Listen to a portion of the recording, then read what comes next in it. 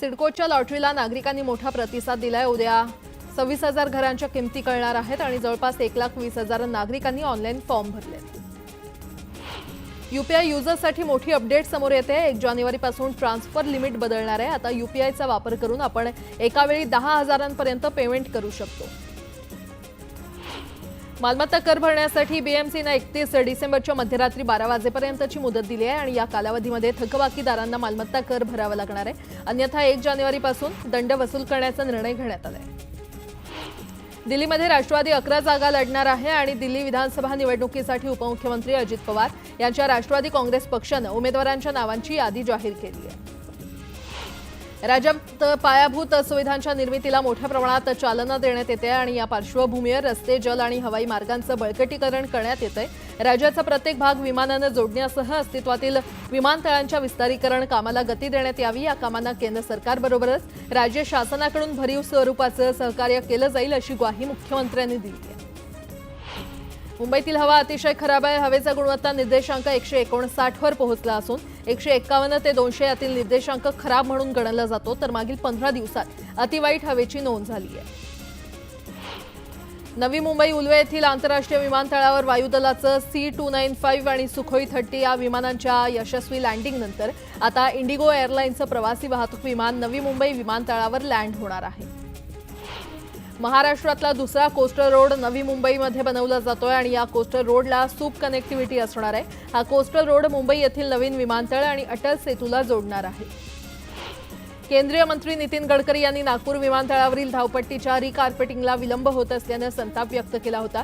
मुख्यमंत्र्यांनी नागपूर विमानतळाची जबाबदारी स्वाती पांडे यांच्याकडून काढत जिल्हाधिकारी डॉक्टर विपिन इटनकर यांच्याकडे देण्याचा निर्णय घेतलाय।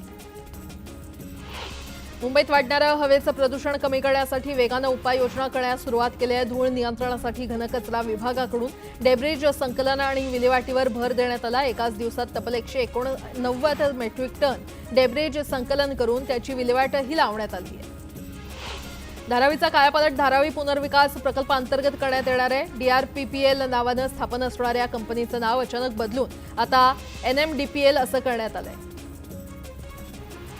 आरटी प्रवेशाचं पोर्टल 1 जानेवारीपासून सुरू होणार आहे। लवकरच वेळापत्रकांची घोषणा होणार असून 25% राखीव जागांवरील प्रवेशासाठी खासगी शाळांची नोंदणी प्रक्रिया पूर्ण होण्याच्या मार्गावर आली आहे।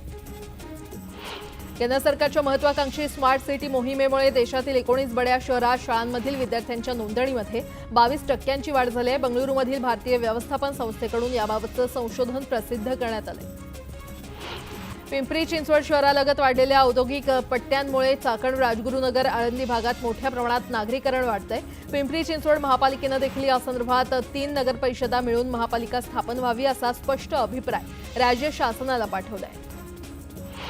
PMPML कडून कोरेगाव भीमा येथील विजयस्तंभ मानवंदना कार्यक्रमासाठी ज्यादा बसेसचं नियोजन करण्यात आलंय। येत्या 1 जानेवारीला कोरेगाव भीमा दरवर्षीप्रमाणे विजयस्तंभ मानवंदना कार्यक्रम पार पडणार आहे। कोल्हापूरची सॉफ्टवेअर निर्यात 50% वाढली आहे। सध्या निर्यात 189 कोटींवर पोहोचली असून जगभरातील विविध देशांना पुरवठा करण्यात येतोय। सरकारी योजनेचा गैरफायदा घेणाऱ्यांचं रेशन कार्ड रद्द होणार आहे। अनेक लोक पात्रता नसताना देखील रेशन घेत आहेत। अशा लोकांवर कठोर कारवाई करण्याचा निर्णय शासनानं घेतलाय। हिवताप आणि डेंग्यूचे रुग्ण साधारणपणे पावसाळ्यात मोठ्या प्रमाणात सापडतात, मात्र वातावरणातील बदलामुळे यावर्षी संपूर्ण वर्षभर अधूनमधून रुग्ण सापडले आहेत आणि त्यामुळे यंदा गेल्या वर्षीच्या तुलनेत डेंग्यूच्या रुग्णांमध्ये किंचित वाढ झाली असली तरी हिवतापाच्या रुग्णांमध्ये घट झाली आहे।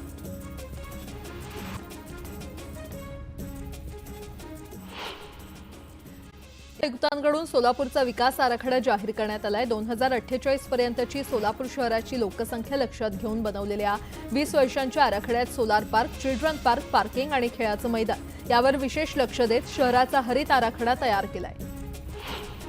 मसाई पठार पन्हाळ्यावर प्रशासनानं 28 डिसेंबर ते 1 जानेवारी या कालावधीमध्ये प्रवेशबंदी केली आहे। या निर्णयाची माहिती पन्हाळा परिक्षेत्र वन अधिकारी अनिल मोहिते यांनी दिली आहे। शेतीचा हंगाम संपल्यानंतरही शेतमजुरांना कामाची गरज आहे, मात्र काम नसल्यानं शेकडो मजुरांना रोजगाराच्या शोधात आंध्र प्रदेश आणि तेलंगणा राज्यामध्ये स्थलांतर करावं लागतंय। राज्यातील सरपंचांना कलम 353 अंतर्गत संरक्षण द्यावं अशी मागणी ग्रामसंवाद सरपंच असोसिएशनचे संस्थापक अध्यक्ष अजिनाथ धामणे यांनी मुख्यमंत्र्यांकडे निवेदनाद्वारे मागणी केली आहे। रत्नागिरी जिल्ह्यामध्ये 21व्या पशुगणनेला सुरुवात झालेली आहे। आता या गणनेमध्ये भटक्या जनावरांचा समावेश करण्यात आल्यानं त्यांचीही गणना केली जाणार आहे। राज्यामध्ये शासकीय युनानी महाविद्यालय सुरू करण्याचा निर्णय राज्य सरकारनं घेतलाय। पहिलं महाविद्यालय रायगड इथे सुरू करण्यात येणार असून 100 विद्यार्थी प्रवेश क्षमतेचं आणि संलग्नित 100 रुग्णखाटांचं रुग्णालय स्थापन करण्यात येणार आहे। 31st क्लास स्थानकातील गर्दी टाळण्यासाठी रेल्वेनं मोठा निर्णय घेतलाय। मध्य रेल्वेच्या मुख्य टर्मिनसवरील प्लॅटफॉर्म तिकीट विक्री बंद करण्यात येणार आहे। नवीन वर्षाच्या स्वागतासाठी मुंबई पोलिसांनी जय्यत तयारी केली आहे। यावेळी शहरात कुठलाही अनुचित प्रकार घडू नये यासाठी 13,000 पोलीस बंदोबस्तासाठी सज्ज झाले आहेत। यावेळी दंगल नियंत्रण कक्षासह SRP पथकही तैनात करण्यात आली आहे। 31 डिसेंबरलाही पोलिसांकडून ड्रंक अँड ड्राईव्हसाठी विशेष मोहीम राबवण्यात येणार आहे। मद्यपान करून गाडी चालवणाऱ्यांवर पोलिसांनी कारवाईचा बडगा उगारला। आता एक सविस्तर बातमी पाहूयात। बीडमधल्या मस्साजोग या गावचे सरपंच संतोष देशमुख यांचं अपहरण करून निर्घुण हत्या करण्यात आली। या हत्याकांडानंतर बीडबरोबरच महाराष्ट्राचंही वातावरण आणि राजकारणही तापलं। देशमुख यांच्या हत्याकांडानं बीडची तुलना थेट बिहार आणि वासेपूरशी करण्यात आली। नेमकं काय घडलं पाहूयात। बीड जिल्ह्यातील मस्साजोग गावचे सरपंच संतोष पंडितराव देशमुख यांचं 9 डिसेंबर 2024ला अपहरण करण्यात आलं आणि त्यानंतर त्यांची निर्घृणपणे हत्या करण्यात आली। त्यांच्या मृतदेहाचे फोटो समाज माध्यमांमध्ये व्हायरल झाले। या फोटोंमधून देशमुख यांची हत्या किती क्रूरपणे करण्यात आली याबाबतही काही गोष्टी पसरल्या। फक्त बीडच नाही तर विधानसभेसह संपूर्ण राज्यात या प्रकरणाचे पडसाद पाहायला मिळाले। मात्र प्रत्यक्षात त्या दिवशी नेमकं काय घडलं होतं यावरती त्यांच्या कुटुंबियांनी भाष्य केलंय। 9 डिसेंबरला संतोष देशमुख यांचं अपहरण झालं होतं। अपहरणाच्या वेळी आत्तेभाऊ शिवराज देशमुख हे सुद्धा सोबत होते। दोघे केजमधून गावाकडे परतत असताना डोणगावच्या टोल नाक्याजवळ त्यांची कार अडवण्यात आली। गाडीतून 5-6 तरुण खाली उतरले आणि संतोष देशमुखांच्या गाडीवरती दगडफेक करू लागले। संतोष देशमुखांना गाडीतून खाली खेचत हल्लेखोरांनी काठ्या, लोखंडी रॉड तसंच कोयत्याने मारहाण केली। मारहाणीनंतर संतोष देशमुखांना हल्लेखोर त्यांच्या गाडीत टाकून घेऊन गेले। घटनेची माहिती शिवराज यांनी संतोष यांचे भाऊ धनंजय यांना दिली। धनंजय देशमुखांनी पोलीस स्टेशनमध्ये जाऊन अपहरण झाल्याची माहिती दिली। अपहरणाच्या तब्बल 3 तासांनंतर संतोष देशमुखांच्या मृत्यूची माहिती समोर आली। बीडमध्ये राजकीय हत्येची ही पहिली घटना नव्हती। मात्र या घटनेवरून इतकं रान उठलंय ते या घटनेतील क्रूरपणामुळे। देशमुख यांचे हाल करून त्यांची हत्या केल्याचा आरोप करण्यात आलाय। हे सर्व घडलं ते एका पवनचक्कीच्या वादातून। 6 डिसेंबरला खंडणी मागण्यासाठी आलेल्या काही जणांनी मस्साजोग इथल्या पवनचक्की प्रकल्पाच्या अधिकारी आणि कर्मचाऱ्यांना मारहाण केल्याची घटना घडली होती। त्या ठिकाणी काम करणारे सुरक्षा रक्षक हे मस्साजोगचे असल्याने सरपंच संतोष देशमुख यांनी या प्रकरणात मध्यस्थी केली आणि मारहाण करणाऱ्यांवरती गुन्हा दाखल करण्याची मागणी केली। याचाच राग मनात धरून अपहरणकर्त्यांनी त्यांचा खून केल्याचा आरोप धनंजय देशमुखांनी केलाय। पोलीस स्टेशनला गेल्यानंतर पोलीस अधिकाऱ्यांनी प्रकरण गांभीर्याने न घेता 3 तास वेळकाढूपणा केला। पोलिसांनी तातडीने लक्ष दिलं असतं तर देशमुख यांचा जीव वाचला असता असा दावा धनंजय यांनी केलाय। लायटरने संतोष देशमुखांचे डोळे जाळण्यात आल्याचा दावा करण्यात आलेला आहे। देशमुखांच्या मृतदेहाची विटंबना करण्यात आल्याचाही आरोप करण्यात आलाय। याच मुद्द्यावरून जिल्ह्यासह राज्याचंही राजकारण तापलंय। इतक्या निर्दयीपणे हत्या करणाऱ्यांविरोधात सर्वपक्षीय एकवटले। ज्या पद्धतीने ज्या क्रूर पद्धतीने त्यांना मारलं गेलं, हत्या केली, या शिवाजी महाराजांच्या घरात सुद्धा माझा जन्म होऊन सुद्धा मला ते बघवलं नाही, मला पावलं नाही। ते मी घाईरून गेलो। हे महाराष्ट्र आहे? हे शिवाजी महाराजांचं, शाहू फुले आंबेडकरांचं हे महाराष्ट्र आहे का? काय आपला अधिकार होतो? हे संस्कार शिवाजी महाराजांनी आपल्याला कड दिलेत का? दरम्यान संतोष देशमुख हत्याकांड प्रकरणी कोणतीही भीडभाड न राखता कठोर कारवाईचं आश्वासन मुख्यमंत्री देवेंद्र फडणवीसांनी विधानसभेतच दिलेलं होतं। यावेळी मुख्यमंत्र्यांनी देशमुखांच्या हत्याकांडाचा घटनाक्रमी सभागृहासमोर मांडला। अशा प्रकारच्या तारा होत्या की ज्या तारांच्या अशा त्या गुंडाळून आणि जे पाठीवर सगळे व्रण दिसतायत ते याचे व्रण आहेत याने त्यांना प्रचंड मोठ्या प्रमाणात त्या ठिकाणी मारहाण करण्यात आली।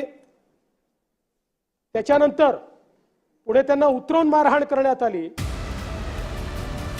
हत्या प्रकरणातील दोषींवरती मोका अंतर्गत कारवाई आणि त्याचबरोबर वाल्मिक कराडचा यात सहभाग असल्यास त्यावरही कठोर कारवाईचं आश्वासन मुख्यमंत्र्यांनी दिलं। याही गुन्ह्यामध्ये जर वाल्मिक कराड बद्दलचे पुरावे असतील तर तो कोण आहे, कुठल्या पक्षाचा आहे, कोणाकोणासोबत फोटो आहे, सगळ्यांसोबतच आहे। आमच्यासोबत आहे, यांच्यासोबत आहे, पवार साहेबांसोबत आहे, सगळ्यांसोबत आहे। कोणासोबत फोटो आहे याचा विचार न करता कारवाई केली जाईल। या प्रकरणावरून धनंजय मुंडेंचे अत्यंत जवळचे वाल्मिक कराड यांच्यावरती गंभीर आरोप होत आहे। तर कराडला पाठीशी घालण्याच्या मुद्द्यावरून धनंजय मुंडेंची मंत्रिमंडळातून हकालपट्टी करण्याची मागणी होती। त्यामुळे या प्रकरणाचे धागेदोरे नेमके कुठपर्यंत आहेत, या हत्याकांडाचा खरा सूत्रधार कोण हे समोर येणं अत्यंत गरजेचं आहे। Bureau report, news 18 Lokmat. पुन्हा एकदा बातम्या वेगवान स्वरूपात। महाराष्ट्रातील शेतकऱ्यांसमोर पुन्हा अवकाळी पावसाचं संकट उभं राहिलंय। राज्यातील काही भागात वादळी वाऱ्यासह पावसाचा अंदाज हवामान खात्यानं वर्तवलाय। हिवाळ्यामध्ये राज्यात होत असलेल्या पावसामुळे शेती पिकांचं नुकसान होणार आहे। राज्यातील बाजार समितीमध्ये सोयाबीनची आवक कमी झाली आहे, तर सोयाबीनला 4049 रुपये प्रति क्विंटल इतका दर मिळालाय। बाजारात मक्याची आवक 6234 क्विंटल झाली, तर त्याला 2219 रुपये प्रति क्विंटल इतका दर मिळाला। नाशिक जिल्ह्यामध्ये लाल कांद्याची 35,000 तर सोलापूर बाजारामध्ये 31,000 क्विंटलची आवक झाली आहे। लाल कांद्याला कमीत कमी 1750 रुपयांपासून सरासरी 2500 रुपयांपर्यंत दर मिळाला। गेल्या महिन्याभरापासून कांदा दरात घसरण सुरू आहे। कांदा उत्पादक शेतकऱ्यांमध्ये नाराजी पसरली आणि या घसरणीमुळे देशातील अनेक राज्यातील शेतकरी प्रचंड नाराज आहेत। विदर्भात वादळी वाऱ्यासह गारपिटीचा अंदाज हवामान खात्यानं वर्तवला आहे, त्यामुळे खबरदारी म्हणून सीसीआयनं रविवारपर्यंत कापूस खरेदी बंद ठेवण्याच्या सूचना केल्या। नैसर्गिक संकटांवर मात करत राज्यातील डाळिंब उत्पादक शेतकरी निर्यातीसाठी पुढे येत आहेत। मागील 9 महिन्यात 22,000 टन डाळिंबाची निर्यात झाली आहे, त्यामुळे महाराष्ट्र देशातील पहिल्या स्थानावर आले। मालवणीत एका कॉल सेंटरच्या कर्मचाऱ्याचं अपहरण करत दरोडा टाकून 6 लाखांची खंडणी मागितली। यात पोलीस अधिकाऱ्यासह नातेवाईकांना पोलिसांनी अटक केली आहे।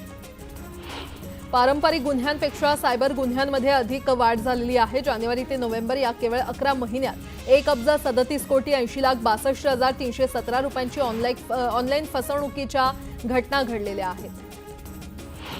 छत्रपती संभाजीनगरमध्ये शॉपिंग कंपन्यांची ऑनलाईन खरेदीवर आकर्षक सूट, बक्षीस, क्रेडिट कार्डवर कॅशबॅक, ऑनलाईन जॉब, घरबसल्या नोकरी आणि युट्यूबवर लाईक असे विविध प्रकारचे आमिष दाखवून ऑनलाईन गंडा घालण्याचे प्रकार सध्या सुरू आहेत। अशा प्रकरणात अडकलेल्या 123 तक्रारदात्यांना वर्षभरात 1,02,43,000 रुपये परत मिळाले।